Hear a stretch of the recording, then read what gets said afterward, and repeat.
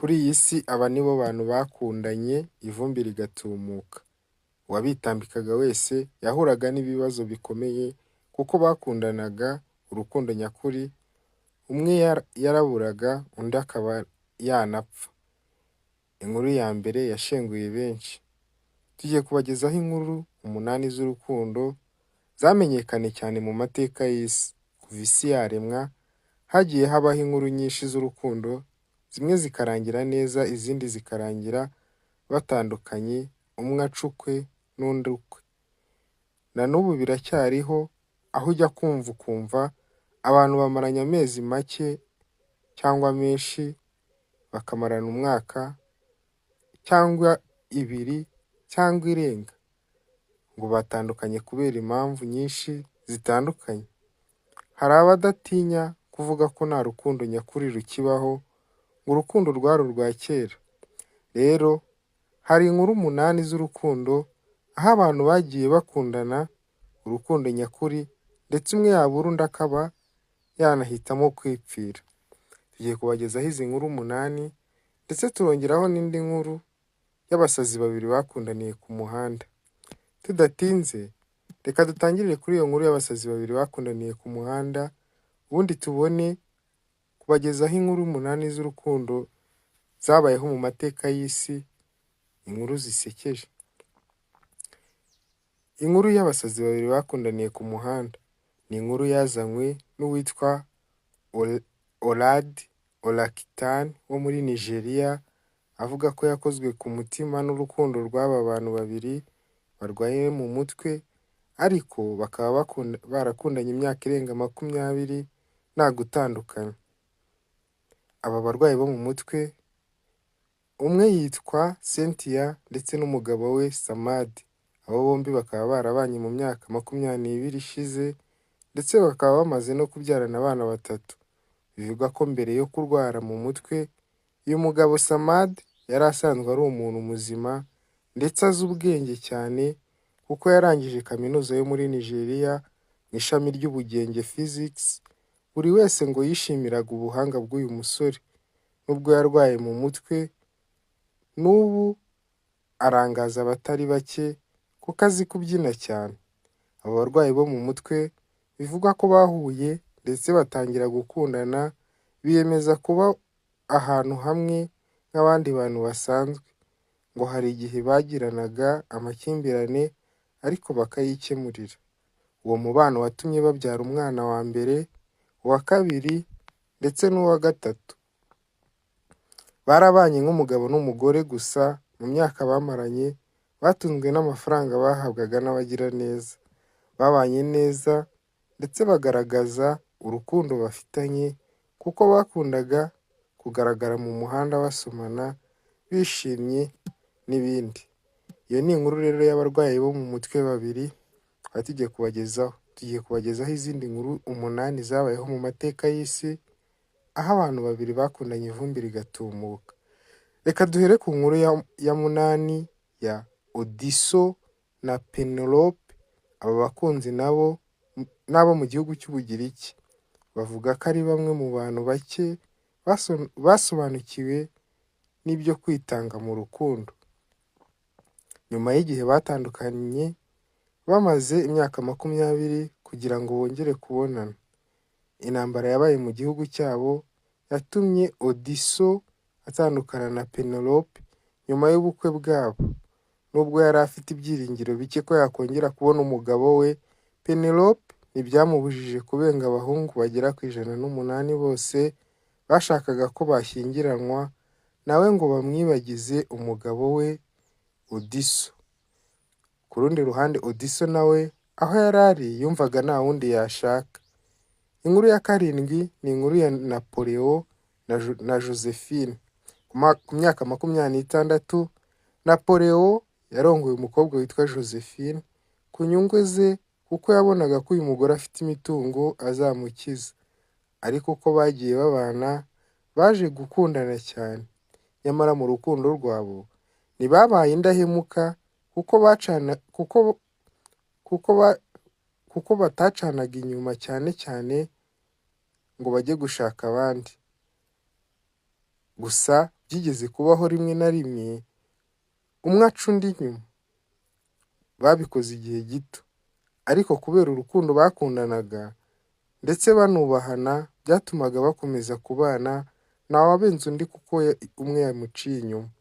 Nyuma rero ingeso yaje kwanga, nuko ubwumvikane burabura, bahitamo gutandukana. Gusa umugabo yaje gutungurwa no kubona umugore we nta mutungo amusigiye nk'uko yabyibwiraga. Mu gutandukana kwabo, umwe ku giti cye yakomeje gutekereza undi, kuko urukundo bari bafitanye rwari rufite ingufu. Gusa ingeso yo gucana inyuma yaje gukurira bananira. Gakabaye icwende n'ikoga koko. Inkuru ya gatandatu tugiye kubagezaho ni inkuru ya Orpheus na Eurydice. Iyi nkuru y'urukundo nayo yabereye mu Bugereki, aho Orpheus yakundanye cyane n'umukobwa mwiza cyane witwa Eurydice, kugeza ubwo biyemeje kubana akaramata bakora ubukwe. Mu rukundo rwabo babanye neza cyane ndetse mu munezero udashira. Ariko ntabwo byaje kubahira, kuko ikigirwamana cy'ubutaka n'ubuhinzi mu Bugereki cyitwa Aristo cyaje gukunda Eurydice cyane ndetse kinamushaka nk'umugore. Eurydice nibwo yafashe umugambi wo guhunga we n'umugabo we, ariko mu guhunga kwabo umugore yaguye mu mwobo urimo inzoka, nuko ziramurya ku maguru. Mbega agahinda! Umugabo we yarababaye cyane. Nibwo uyu mugabo atangiye kujya aririmba indirimbo z'agahinda. Izi ndirimbo rero zagiye zigera ku mugabo Persephone, nuko yemera Orpheus kumukurira umugore muri wa mwobo, kuko ari we wenyine washoboraga kubikora. Ariko Persephone abwira Orpheus ko nubwo agiye kumukuramo nta burenganzira afite bwo kumureba, agomba kugenda imbere kugeza ubwo bagera aho bagiye. Arahindukira, mbega ikizami! Gusa Orpheus ntibyaje kumworohera, kuko yaje kunanirwa kwihangana. Arahindukira areba umugore we, ari nabwo bwa nyuma yamubonye, kuko bahise bamurigitisha kugeza ubwo atongeye kumubona. Inkuru ya gatanu ni iya Paris na Helena. Helena w'i Troye yashakanye na Menelaus umwami w'i Sparta. Kera kabaye, Paris umwana w'umwami Priam w'i Troye aza gukunda cyane uyu mugore Helena, maze yiyemeza kumushimuta ngo amujyane mu bwami bw'iwabo i Troye, aho babayeho mu rukundo rwinshi rw'umunezero. Nuko umugabo we Menelaus akora umutwe iyobowe na murumuna we, maze abashinga kujya kumuzanira umugore we. Uyu mutwe waje gusenya i Troye ndetse na Paris. Baramwica, bajyana Helena bamusubiza Sparta n'agahinda kenshi. Inkuru ya kane ni iya Tristan na Isolde. Iyi nkuru y'urukundo yagiye ivugwa cyane, ndetse yakozwe na filimi n'ibitabo byaranditswe kuri iyi nkuru. Iyi nkuru rero yabayeho ku ngoma ya Arthur. Isolde yari umukobwa w'umwami wo muri Ireland. Isolde yari yarasezeranije umwami Mark ko azamubera umugore. Kera kabaye, igihe kigeze umwami Mark yohereza umwishywa we Tristan ngo ajye muri Ireland kumuzanira umugore we Isolde amurongore. Mu gihe cy'urwo rugendo nibwo Tristan na Isolde bakundanye urukundo rutagira ikizinga. Ibi ntibyabujije umwami Mark kurongora Isolde, ariko kuba Isolde yari afite umugabo ntibyamubuzaga gukundana na Tristan. Ntibyatinze umwami Mark yaje kubimenya. Yahaye imbabazi umugore we, ariko Tristan yirukana mu gihugu ahungira i Britain. Agezeyo yaje kuhahurira n'umukobwa witwa Isolde, maze aramukunda, ariko amukundira ko yari afite izina rijya gusa n'uwo yari yarihebeye Isolde. Nyuma yaho yamugize umugore, ariko urukundo rwabo ntirwashobotse kuko Tristan yahoraga atekereza Isolde cyane. Ntibyatinze rero Tristan yaje kurwara araremba, nuko atumaho Isolde kuko yatekerezaga ko namubona ahita akira. Tristan avuga ko ikizagaragaza ko Isolde yemeye kuza ari uko ubwato buzaba bufite agatambaro kera. Naho nibuza bufite agatambaro kirabura, bizaba bigaragaza ko Isolde yanze kuza.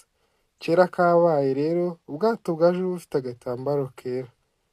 Isolde abibonye yiruka ajya kubwira umugabo we ko ubwato buje ariko bufite agatambaro k'umukara. Tristan acyumva iyo nkuru ntiyabyihanganiye, yahise apfa yishwe n'agahinda. Isolde amugezeho asanga byarangiye, nuko umutima we wuzura intimba n'agahinda, nawe ahita apfa kuko abuze umukunzi we. Burya koko ibikundanye birajyana. Inkuru ya gatatu tugiye kubagezaho ni Lancelot na Guinevere. Iyi nkuru y'urukundo rwa Lancelot na Guinevere izwi cyane ku ngoma y'umwami Arthur, aho Lancelot yakunze cyane umugore w'umwami Arthur ari we Guinevere. Uru rukundo rwabo barugenzaga gahoro gahoro kuko akenshi Guinevere atabaye hafi ya Lancelot, ariko iyo ntera yari hagati yabo ntiyababujije gukundana. Ijoro rimwe rero abicwa b'umwami Arthur ari bo Agreve na Modred bakoze umutwe w'ingabo 12 zirwanira ku mafarashi, maze batwika icyumba Lancelot na Guinevere barimo. Lancelot yabashije gucika uwo muriro, ariko Guinevere ntibyamushobokera guhunga. Umukunzi we yagerageje gushirika ubwoba ngo amukuremo, biramunanira, nuko arashya. Ingabo nazo zakoze ibi zaje kugira ubwumvikane buke, nuko ziratatana. Ubwami bwa Arthur bucika intege. Guinevere amaze gupfa, Lancelot yasigaranye agahinda n'intimba bitavugwa, abaho nabi kubera kubura umukunzi we. Inkuru ya kabiri ni iya Cleopatra na Mark Antony. Iyi nkuru y'urukundo nyakuri yatangaje abantu benshi kandi bakomeza kuyizirikana igihe cyose kuko urukundo rwabo ari ikimenyetso cy'urukundo nyakuri. Aba bakunzi bombi bakundanye bakibonana bwa mbere, ku buryo urukundo rwatumye igihugu cyabo Egypt kizamuka kikagira imbaraga ndetse cyubashywe n'amahanga. Ibi rero bikaba byaratumye igihugu cy'Abaroma cyari igihanganye na Egypt kigira uburakari kuko cyabonaga ko gisigara inyuma. Nyuma y'ubukwe bwabo bombi habaye intambara ihuza Egypt n'igihugu cy'Abaroma, maze Mark Antony abwirwa inkuru y'igihuha ko umukunzi we yapfuye. Iyo nkuru yamuteye igikomere aza no kwiyahura. Cleopatra yumvise inkuru y'uko umukunzi we yapfuye ahita agwa muri koma, nyuma nawe aza kwiyahura. Urukundo nyakuri rusaba ibitambo bidasanzwe. Ndagushimiye wowe wabanye natwe, wakoze kubana natwe muri iki kiganiro. Reka ngusabe niba utarakora subscribe ukore subscribe, niba wakunze inkuru twakugejejeho ukore like, ndetse unadusangiza igitekerezo cyawe n'indi nkuru y'urukundo waba uzi. Reka tubagezeho inkuru ya nyuma, inkuru yabaye amateka adasanzwe ku isi, inkuru yanditse amateka, inkuru ikivugwa kugeza na n'ubu. Ni inkuru ya Romeo na Juliet. Mu mateka y'isi, Romeo na Juliet bazwi cyane nk'abantu bakundanye ku buryo budasanzwe, urukundo rutagira ikizinga. Iyi nkuru yanditswe mu bitabo byinshi, ibitabo byanditswe ahanini bikinwaho na filime. William Shakespeare niwe uzwi cyane nk'umwanditsi w'iyi nkuru y'urukundo. Aba bombi nabo barakundanye cyane bakibonana ubwa mbere, birengagije ko imiryango yabo yari abanzi bakomeye maze bahita bashakana. Mu rukundo rwabo bahuye n'inzitizi nyinshi, ariko kubera imbaraga z'urukundo rwabo byageze aho buri wese yatanze ubuzima bwe ku bwa mugenzi we.